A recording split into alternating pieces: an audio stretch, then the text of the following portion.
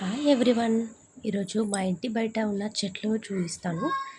ఇది మిరపకాయ చెట్టు. యాక్చువల్లీ ఇది 1 ఇయర్ అవుతుంది ఈ చెట్టు వచ్చి. ఇప్పుడు వచ్చాయి మిరపకాయలు, చూడండి ఎన్ని ఘనం వచ్చాయో. ఉన్నది ఒకటే చెట్టు, కాకపోతే మిరపకాయలు మాత్రం 10, 15 అలా ఉన్నాయి. ఇంకా ఉన్నాయి ఫ్లవర్స్, ఇంకా వస్తాయి. ఇన్ని రోజులు పురుగు పట్టడం వల్ల రాలేదు. సో ఇప్పుడు వర్షానికి బాగా వచ్చాయి. ఏందంటే నేను జస్ట్ అక్కడ పడేస్తుంటాను, కట్ చేసిన కూరగాయలు గానీ, ఏమైనా పాడైపోయినయి గానీ అట్లా పడేస్తుంటా, అవి వచ్చేస్తాయి. ఇక్కడ అల్లం గూడా ఏశాను. అల్లం గూడా వచ్చింది వర్షానికి. అల్లం, చామగడ్డ, అనారు గూడా ఖరాబ్ అయిందని చెప్పేసి పడేశాను. అనారు చెట్టు వచ్చేసింది. నేను ఏది పడేస్తే అది చెట్టుగా వచ్చేస్తుంది. అసలు పెట్టనే లేదసలు నేను ఈ చెట్లు. నార్మల్‌గా ఒక 2, 3 ఫ్లవర్స్ చెట్లు పెట్టాను అంతే. కూరగాయలు వాటంతట అవే వస్తున్నాయి. నాకు చాలా హ్యాపీగా అనిపించింది. సో అందుకనే వీడియో చేస్తున్నాను.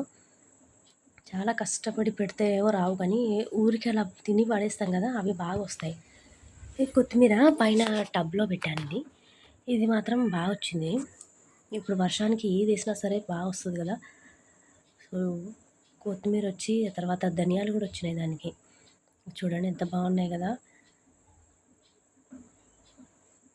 ఇలా మనం ఏమన్నా వేసుకుంటే చాలా ఆనందంగా అనిపిస్తాయి. అవి తెంపుకొని తిన్నప్పుడు చాలా సాటిస్ఫాక్షన్‌గా అనిపిస్తది కదా.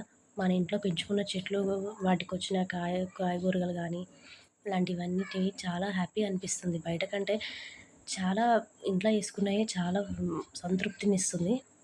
హెల్తీ కూడా. బయట ఏవేవో మనకి ఆహ్, పురుగుల మందులు అవి ఇవి ఏసి ఇస్తారు గానీ, మనం ఇక్కడ న్యాచురల్‌గా పండించుకోవచ్చు. ఇది క్యారెట్ ఏసాను, క్యారెట్ చెట్టు. ఎంత బాగుంది కదా.